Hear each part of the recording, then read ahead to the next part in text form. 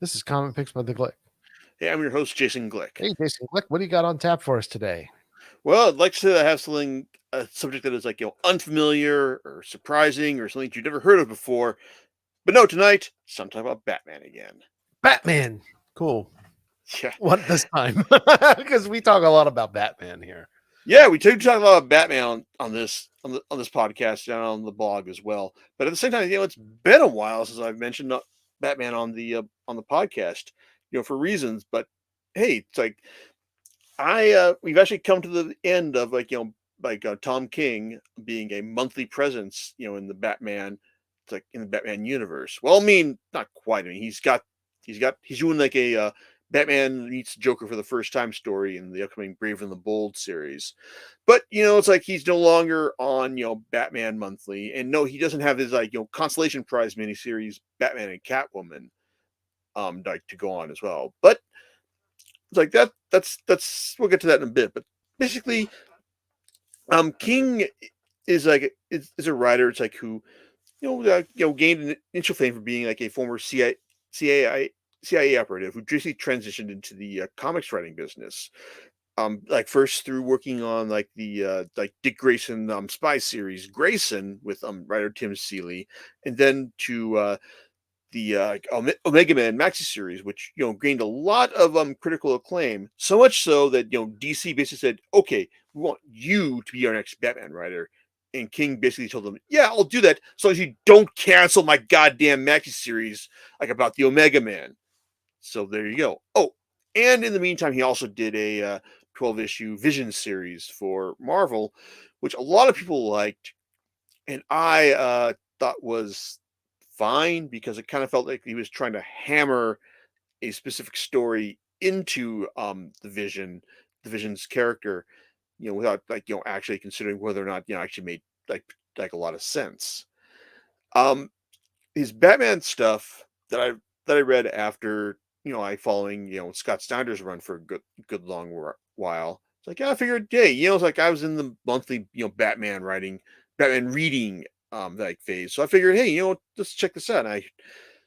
And and it was all right. I mean, the first story is basically what happens when Batman finds a um level um Superman level Superman level of sidekicks, basically Gotham and Gotham Girl, like the sons of some very very rich Gothamites who basically found a way to afford a procedure that transformed them into superheroes, and they wanted to help save Gotham. The same way that Batman wanted to, and it's like they wound up saving his life in the first proper issue of King's run.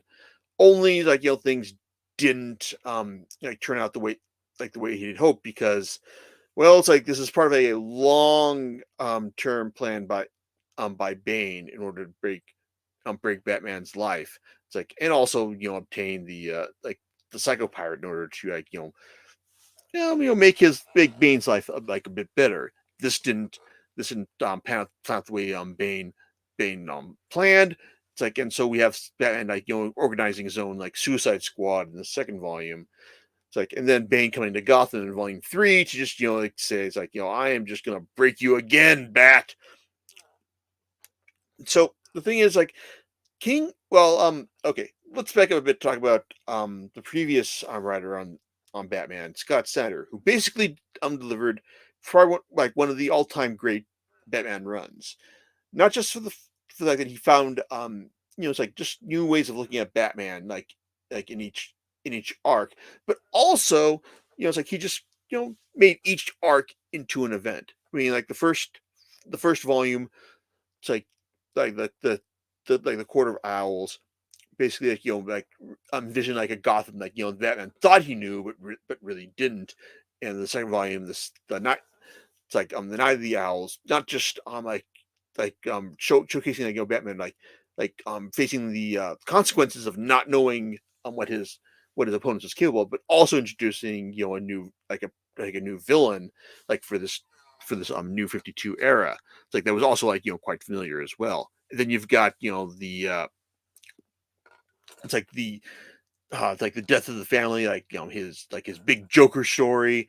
It's like, and also like Year Zero, which is where he basically he and Greg Capullo, because Greg Capullo like also delivered like world class visuals like in terms of this run, like and they basically just went and reinvented like the classic Year One story like for a modern age and did it like impeccably well. Like arguably it's like a high point of their run, but basically like you're coming off like a run that Juicy just managed to hit it out of the park with every major storyline, and here you got King, who's basically like also having to deliver like like quality stuff on a biweekly basis.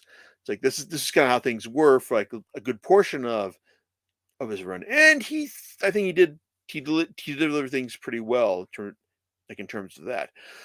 Okay, for the level for the amount of Batman he was asked to deliver, like the stories he came up with are pretty like you're pretty solid, and also like his we found out like early on that his real goal here was to deliver like a world class Batman Catwoman romance. I mean, yeah, you've got Batman fighting Bane for the first third of his run. You've got Batman and taking on like on the Riddler and Joker in his follow up to like the Year Zero storyline, and then you've got Batman and Catwoman just trying to make things work. It's basically a take on like hey, does like can Batman be happy? And as he acknowledges early on, it's like says like I'm not happy, but I'm working towards it. And it's like, and I think a lot of people were like rooting for them. In fact, King does a good job making us root for them as as Batman like was someone like who was like very very stern, very angry, very dark and grumpy. It's like and he it's like but he also like like makes Catwoman like a proper foil to that.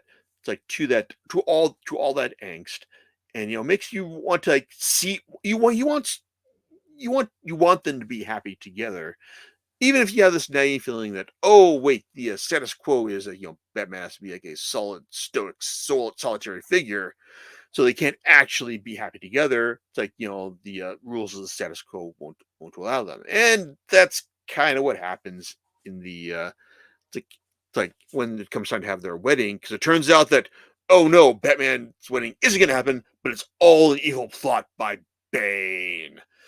So then you get like several volumes of Batman, just like dealing with the consequences of that, just realizing that hey, if I can't be happy, then what can I be? Oh, and then my adopted son, Dick Grayson, gets shot in the head and can't remember who he is anymore. It's like, oh my god, I even less happy now. It's like, oh, and then my dad from another timeline, the Flashpoint of Batman, Thomas Wayne, has showed up here, and he doesn't want me to be Batman because he's Batman. It's like, and he wants me to be happy, but without me being Batman. But I can't be happy unless I'm Batman. So, yes, this really sounds incredibly silly, the way I'm saying it right now. But that is kind of how it plays out, and I think that like King does a good job like committing to this stuff, and he also like like portrays like a lot of like interesting stories like along the way, such as like Booster Gold, traveling to like an alternate universe, in order to like find a Batman whose parents are still alive, and just like screwing things up completely in the process, or like what we get when just when Batman has to bring Catwoman to Talia al Ghul, his the wife, his baby mama, and then having to sort things out because hey, if Talia doesn't think like this is like she's worthy of like being the bride of the Bat, then obviously she's going to kill her. You can probably guess how that turns out. It's like oh, it's like and also the infamous like see 8-issue run of Nightmares where basically like this is the storyline that basically got Tom King kicked off Batman, because not only did this plow Batman out of the top 10 sales wise, but it also like had him selling less than the Incredible Hulk, which to be fair was being written by Al Ewing and illustrated by Joe Bennett in their like it's like Immortal Hulk, like it's like all timer run. But at the same time, and Batman's being outsold by the Hulk, DC is kind of looking at this and going, no way. It's like we need to find like someone else who's going to do things. So even though it's like I really enjoyed Nightmares, in its like single volume form, because hey, when you're doing like 8 stories about Batman, it's like confronting like like all a lot of issues in his mind, even if they're really dumb, like Bruce Wayne, the boy who has Thomas and Martha like scarred on his cheek and believes that he's just like the real. It's like like Bruce Wayne is just really dumb. It's like you also got like it's like King. It's like Batman and Professor Pig. Just like doing out a beautiful ballet of destruction with each other. It's like Batman trying to like force a confession from Catwoman about the Catwoman in his mind about why she left him at the altar. Oh, and also Batman and the Joker reenacting like Wile E. Coyote and the Roadrunner. It's like in it's like in a really ridiculous like descent to the bottom, but it's just like kind of like in a lot of like King's way that he embraces the like the utter ridiculousness of Batman's run. He is someone who just like take everything that is just that's been like silly about the character, like his golden age exploits, his silver age exploits, and he'll just like run with this. I mean, like this is like he's a guy who will just have Catwoman just say meow as a completely unironic turn of phrase, and just hey, like have that work in the context of the story. Oh, and also he'll get like Amanda Connor to like draw a story about Lois Lane and Catwoman having their bachelorette in the Fortress of Solitude, which is great fun, and also more part of the Nightmare story. Oh, and then but then it all climaxes. These turns like the monthly adventures. It's like in City of Bane, where like Bane has like finally taken over Gotham. It's like as a result of like his efforts to break the bat, but only because he teamed up with his dad Thomas Wayne, the Flashpoint Batman, to do so. And what you get there is a classic Batman who's just like trying to like fight against all the odds that are stacked against him, and just taking out the people who have like like just um just ruin his life, like trying to show that you can't be Batman anymore. It's like, and just basically like, just showing him that like that he's lost. And of course we know that's not true, because Batman always wins, and of course he wins here, but there's like there's a cost here, because well, it's like I guess not really a spoiler at this point, but say that Alfred is dead, and it's not necessarily Bruce's fault, it's really Damian's fault. But this is essentially meant to be a story that led into like a big epic of Batman, not of Bruce Wayne not being Batman anymore. That was supposed to lead usher in a new like status quo for the DC universe at large, called 5G. If you're curious about like what this is meant to be, just say DC Universe 5G and look it up on Bleeding Cool, because Rich Johnson did a really like I wouldn't say a big in-depth series of articles of this. Basically, it's like he did like a lot of little articles about this that spotlighted this, and it was essentially meant to be like lead into a storyline where like Bruce Wayne wasn't Batman anymore, and that Jace Fox was the new Batman, by by John Ridley. And while Ridley did get a chance to make Jace Fox Batman, this is only in a like a separate timeline that I'm still not curious, still kind of wondering about, and still didn't quite measure up to be like, hey, if you want to be like a new Batman, your story has to be this good, and it was fine. And what I've read of it is just okay, but definitely not good enough to be followed in hardcover. And it was all right as far as what I read. So there you go. It's like, I guess if you're gonna if you want to replace, I guess the moral here is like, if you want to replace Bruce Wayne as Batman, your choice have to be a lot better than that.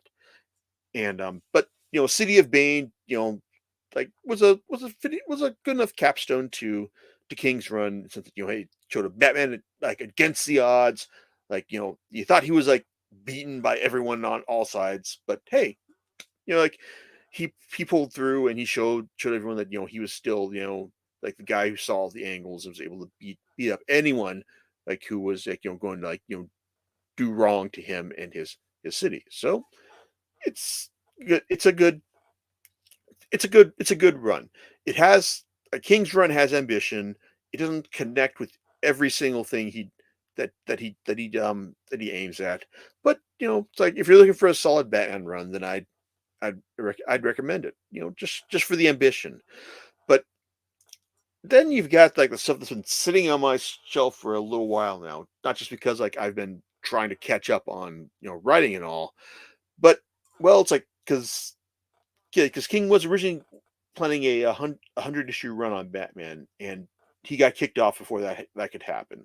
And James Tynion IV took over, and I'm still maybe I'll read his at some point, but it's gonna have to wait until it's in like proper like 2-in-1 volume editions, much in the same way that City of Bane was collected in one proper soft cover. That being said, it's like I was willing to go ahead and splurge when it came to the Batman Catwoman hardcover, which not only collects the 12-issue Batman Catwoman series that King did with his favorite artist Clay Mann, but also a lot of other supplemental stories to flesh out his take on the Batman Catwoman relationship, because that's really what his run is all about. It's all about Batman and Catwoman coming together.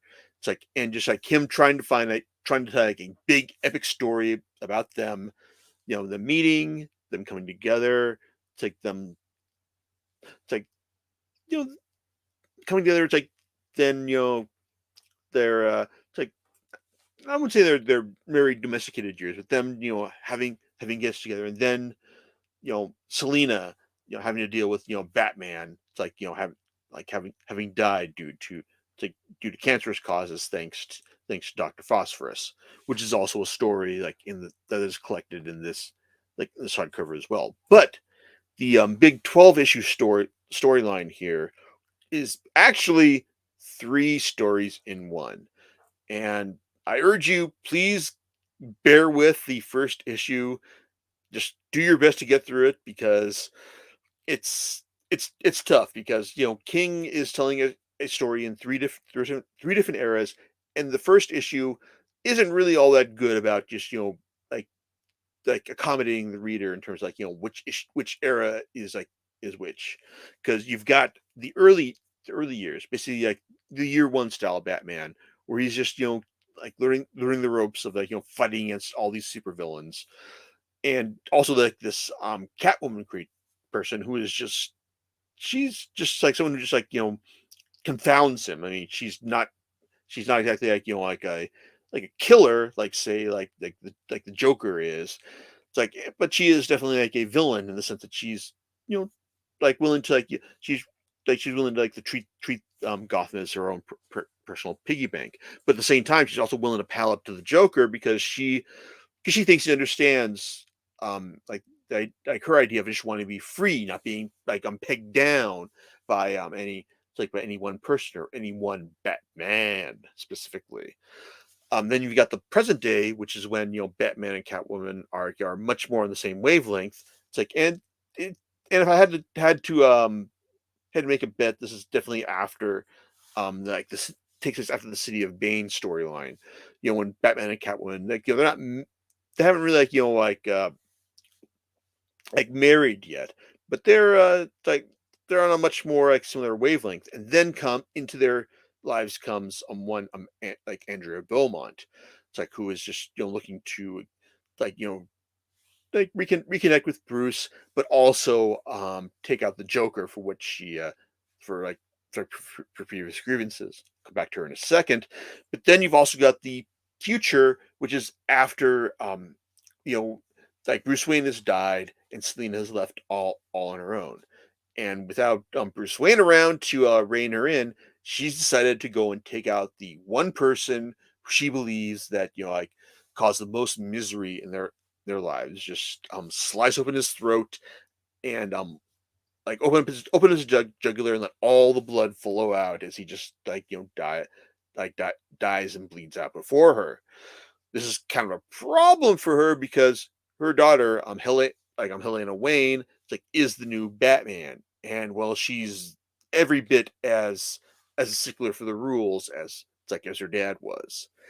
These are the three different time periods and three different storylines that King and artist Clayman are telling over the course of Batman and Catwoman. And overall, it's like I think that they're all pretty interesting. It's like in the sense that they do a good job of like showing you just how Batman and Catwoman came together, and just and like his and King's ultimate theories about the characters themselves. Like Catwoman is basically someone who is just like she is a bad person, pretending to be good, but someone who is able to be good because she had like Bruce Wayne to support her over all that time, and at the same time she's also someone who can get like Bruce Wayne Batman to actually like ask her to do something, like in the sense that like hey Batman is like he's kind of like selfish, he's especially to do things without having him ask them, but no, she's the one who actually got him to ask her to spare this particular villain's life. It's like, but when he's gone, well, all bet all bets are off. It's like, and it's interesting to see how she plays out with how things play out there.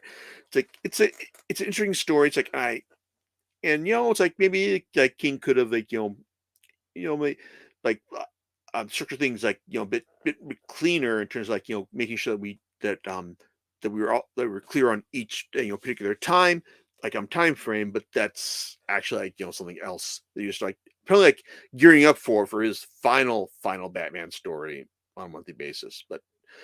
But also the thing is, I mentioned Andrea Beaumont, and I'm sure like some people like some listeners here will hear this and go, "Wait a second, wasn't she the Phantasm? From Batman: Mask of the Phantasm?" Yes, yes, she is. This is her first in continuity DC Universe appearance. Assuming that you believe this to be like a in continuity DC story, because this is published under the Black Label line, which is basically like mature readers like superhero comics, and like stuff that DC basically realizes like we don't know when we want to place this continuity lies, so let's just go put this in the Black Label line. So there you go. But so but the thing is though, is like if you didn't know who she was, if you hadn't seen Batman: Mask of the Phantasm, if you weren't aware that she was a mobster's daughter whose father was killed by the Joker, uh, you're going to be a bit lost here because King does not catch you up on this. I mean, you can understand like you're able to be infer a bit that like the Joker did some bad stuff to her. That's why she's got a mad on for him. But I will admit that like and that actually works when you find out like what like her connection with the Joker in terms of the story that King is telling. That's it's really interesting and really kind of disturbing because like the Joker is like like plays her really good in a really disturbing way. That's really true to like the way he writes the character. And I gotta admit, King writes a really good Joker, like someone who is just um which is like every who's like he loves to have like a good joke at a character's expense and not kill him, but then he'll also like just say hey it's like he'll just kill them regardless. It's like there's like there's one like short 8-page story where he's just like waiting to get some guy's house. He's like I'm waiting for the Batman to send me his invitation to his wedding, and this guy is just kind of like wondering, why did the Batman send like your invitation to my house?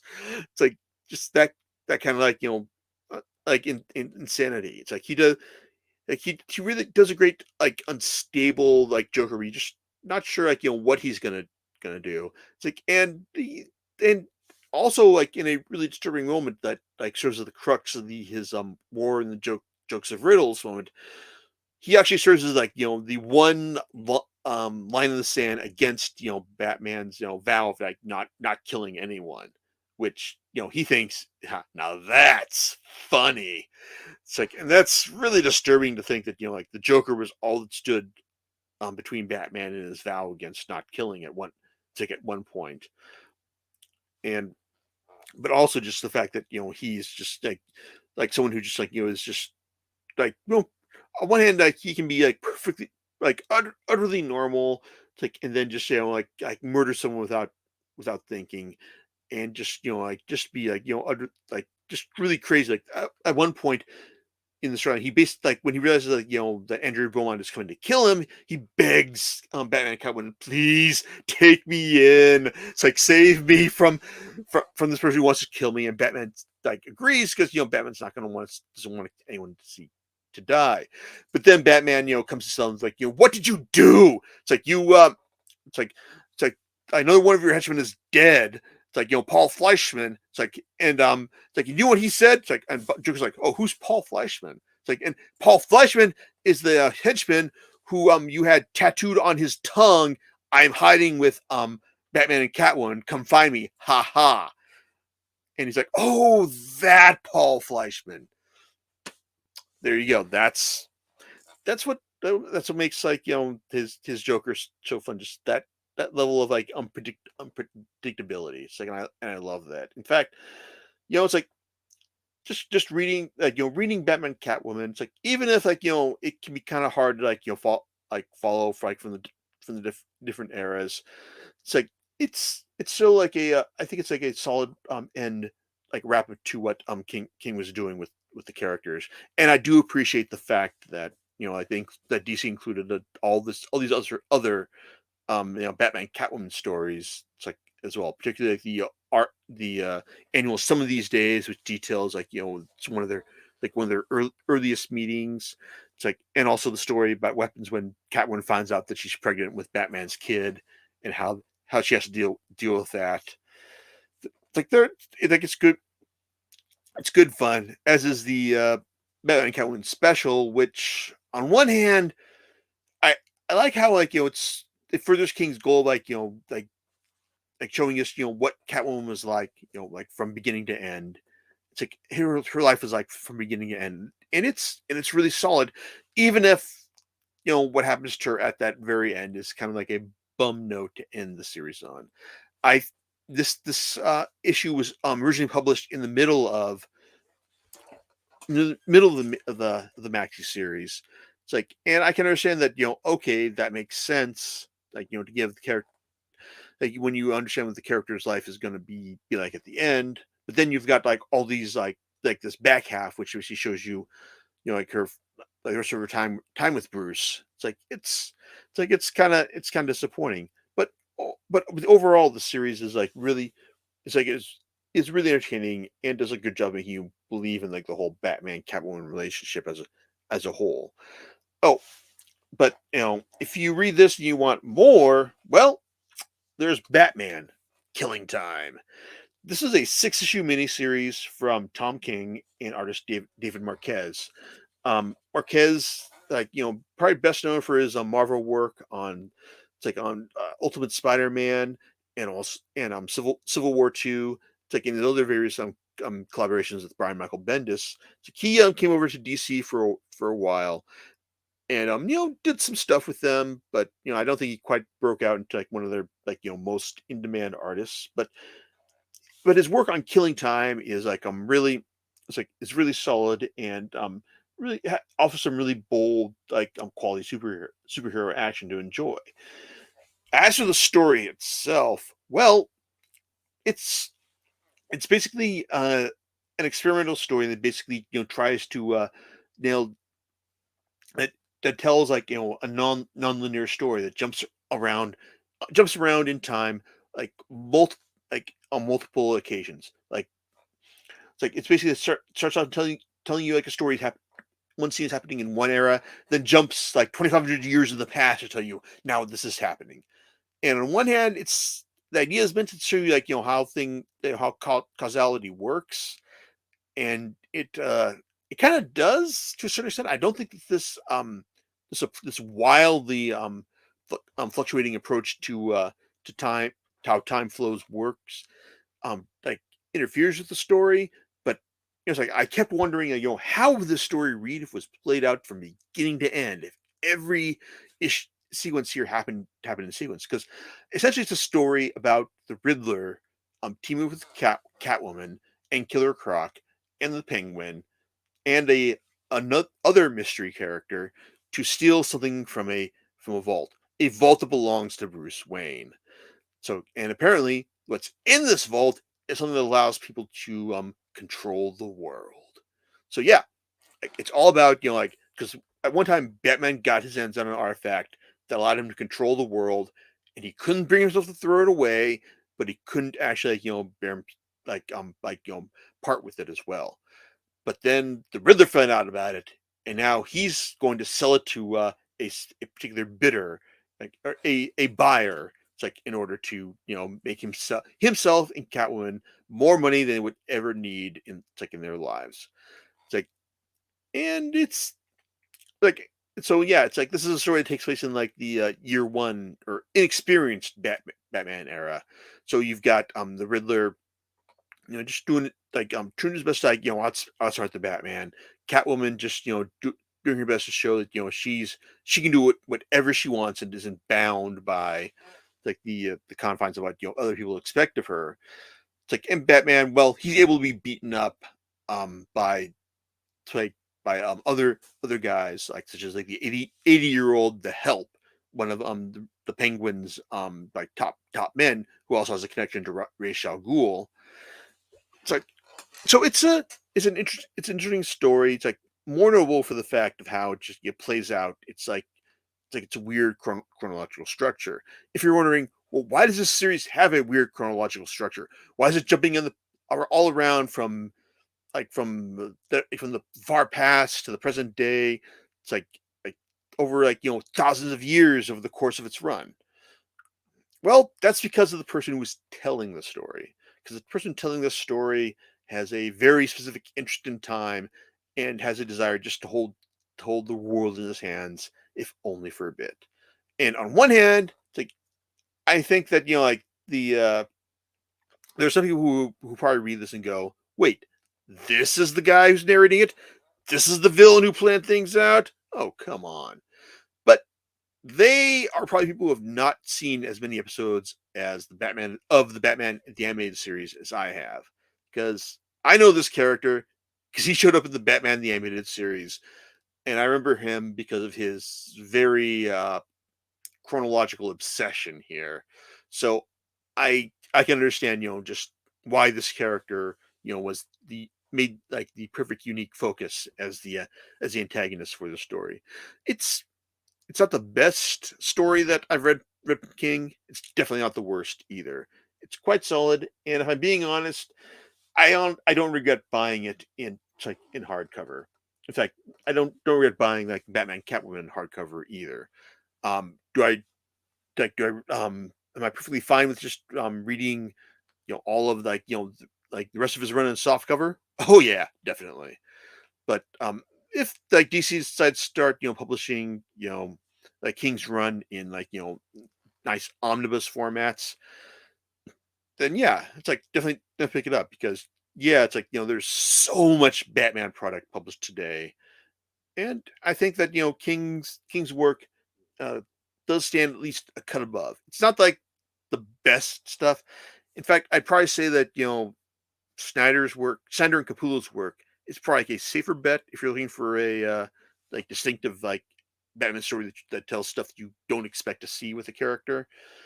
But I respect his ambition. I respect the story he was trying to tell with Batman and Catwoman and their romance together.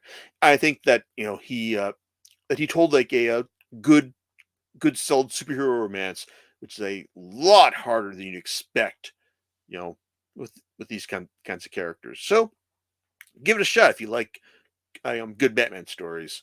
So yeah, I enjoyed his work, and I'll probably look forward to seeing whatever else he does with the character because he's not quite done with them yet. Cool. Like a slight cut above. Yeah, Cool. Yeah. I'm not going to mention. I've watched a lot of the Batman animated series. I think that's a unique perspective.